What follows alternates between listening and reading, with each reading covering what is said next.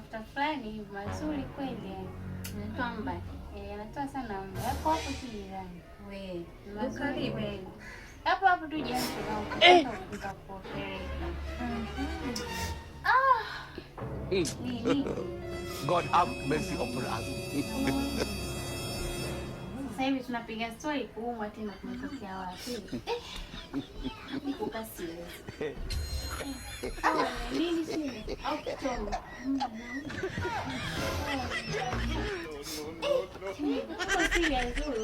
Unaumwa nini?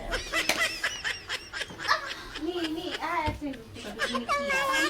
Mama kumekuta na pole tena. Haya tena. Wapi tunaenda? Twende hospitali. Nini kinakuwa shida ni sasa hivi tu jamani? Mimi naumwa. Shida nini? Mama.